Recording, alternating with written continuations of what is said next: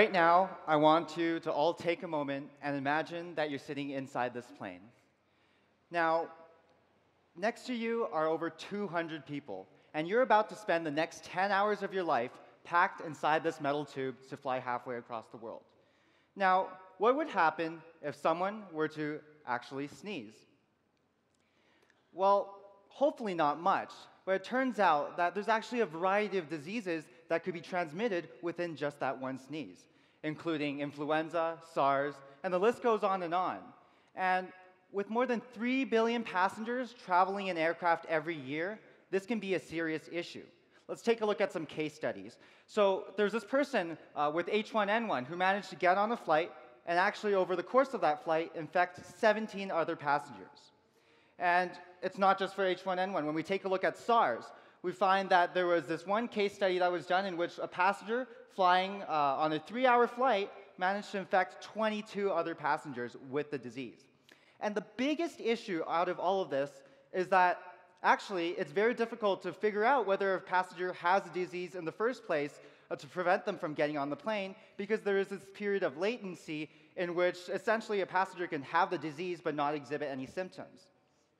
And so I thought, okay, there's these air filters that are already on plane. And so when we take a look at the traditional cabin as it stands today, what you'll notice is from the top, you've got air coming in from the very top, and as well as from the side of the cabin, indicated in the blue.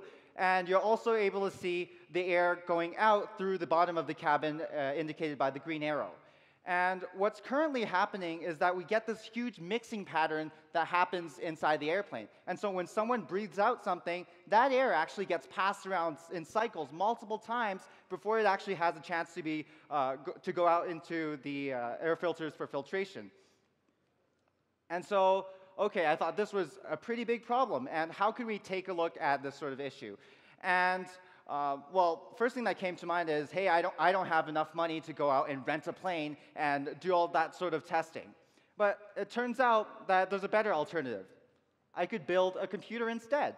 And in the industry, this is what's known as using computational fluid dynamics software. And with this, we've actually gotten so good that the results that we get from these simulations are several times higher in resolution than what we'd get with actually going out and physically measuring airflow inside a cabin.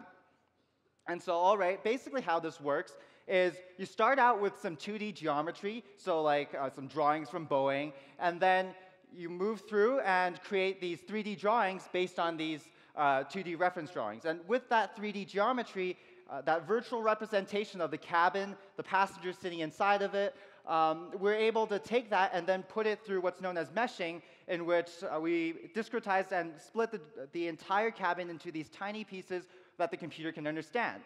And after that, what we're able to do is then tell the computer, hey, this is where the inlet is from the top, from the side, and we have the outlets at the bottom. And now what's left is you throw in some physics, and you watch the computer do the calculation. And usually for each typical case, it costs around a day of work to do. And what we get is essentially this. So let's take a look at the conventional cabin as we have it right now. And you'll notice the middle passenger is sneezing, this big orange blob. And what we have is this mixing airflow pattern that's essentially creating this huge mess. The person sneezes, and it goes all over the place. You've got this huge cross-sectional spreading of disease. As well, we also see this longitudinal spreading of disease across the entire length of the cabin. And when we take a look at the video demonstration over here, so you can get a better idea, here we have the middle passenger sneezing, and you'll notice just those pathogens going everywhere, creating a huge mess. When we take a look at that same thing from the front, you'll notice the two adjacent passengers getting these pathogens all over their faces. It's really disgusting. And when we see that same thing happening longitudinally, you can see really that disease spreading. And so I thought, okay, this is definitely no good. We have to come up with a solution to this. And so I actually went in and tested more than 32 different scenarios, making these tiny tweaks to the cabin so that we're able to change the airflow pattern. And what I finally came up with was actually this. And this is essentially my patent-pending, what I call a global inlet director. And what it's able to do is that we're actually able to reduce pathogen transmission by about 55 times and improve fresh air inhalation for the passengers by about 190%. Now, how does this one device do it? Well, when we take a look at how that's installed, we actually leverage these existing cabin surfaces that are already in the planes. So you would just take my innovation, and you would just install it, put a couple of screws in it, and overnight, you're good to go. Great thing about it is we're only making this one piece, which means that it costs less than $1,000 to actually manufacture for the entire cabin. And when we take a look at the improved cabin, the results are astounding. And what we have now is this simple air inlet director installed near the side inlet location, and we're able to completely change the airflow pattern. We're able to instead now create these virtual walls of air that come down in between the passengers to provide every single passenger with their own personalized breathing zone and their own fresh air.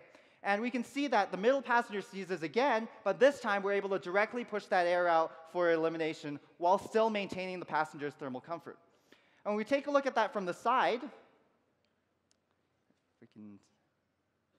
here we go, and we can see that same pathogens now being individually isolated just to that row, and so we're able to immediately push those pathogens out for filtration without having that huge spread of disease that we had before.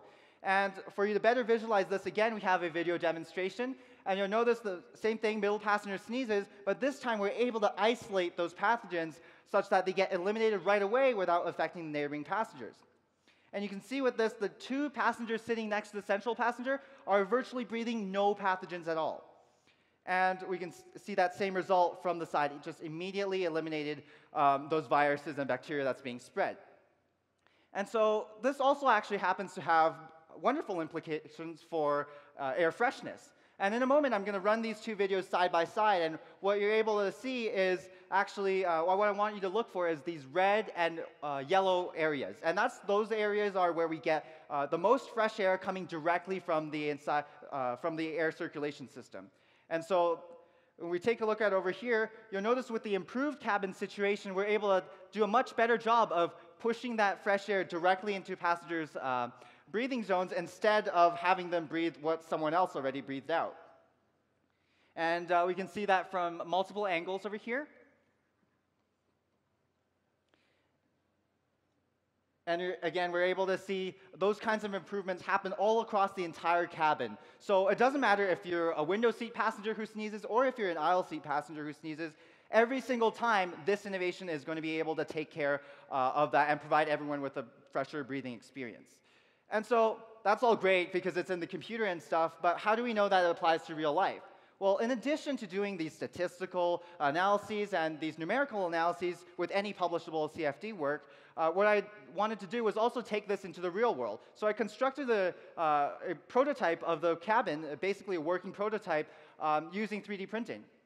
And what we're actually able to see here is that same situation. So we've got the traditional cabin over here, and you're going to be able to see that air coming in through those inlets and creating those swirling airflows pattern that really propagates disease everywhere. And so now that we know that this really works in real life, we can see, again, what would happen if we were to install my innovations at the side inlets. And what we see is exactly as what we predict in the computer, which is we've got these curtains of air coming down, providing every single passenger with their own fresh breathing zone.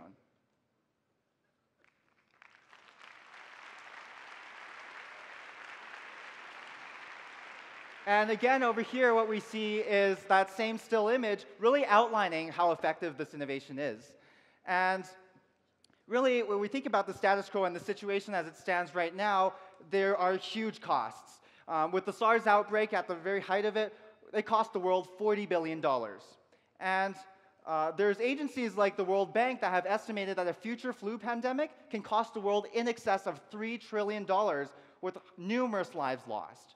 And so what's been preventing people from implementing these sorts of solutions? Well, we can take a look at two examples over here that I pulled just from academia. So we've got one person over here who's really set about providing everyone with these personalized breathing zones. So he's decided to come up with a bright idea to essentially have a hose that sticks out of every single passenger's armrest and that just blows air directly into their face.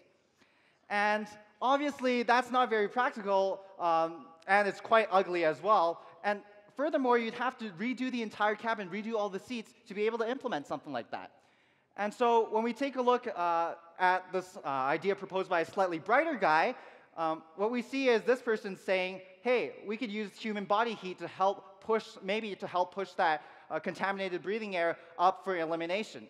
And when I actually plugged what he was proposing into my simulations, what we find is that that air column actually, as it rises through the air, actually spreads out, which means that it's not as effective as this guy first thought it would be.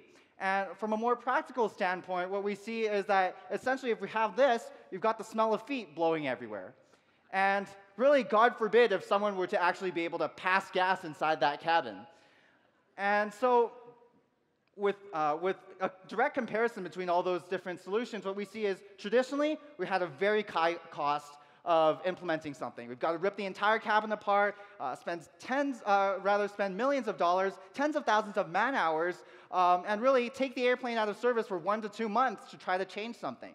But now with this solution, it costs $5 to make per window section. If you have like 200 windows, only less than $1,000 to make. And what we can do is we can install this right overnight at the gate, and the costs of all of that are already factored in to the airlines. And so really what we have now is a very elegant and simple solution, and we've designed the prototypes and we've procured the materials. And really the next step is to be able to integrate this with the entire aircraft system, put it through this very long and arduous regulatory approval process. But I think it's important because that means that the sooner we're able to implement something like this, the sooner we're able to make a tangible difference in terms of improving people's travel experiences and reducing the next big disease epidemic.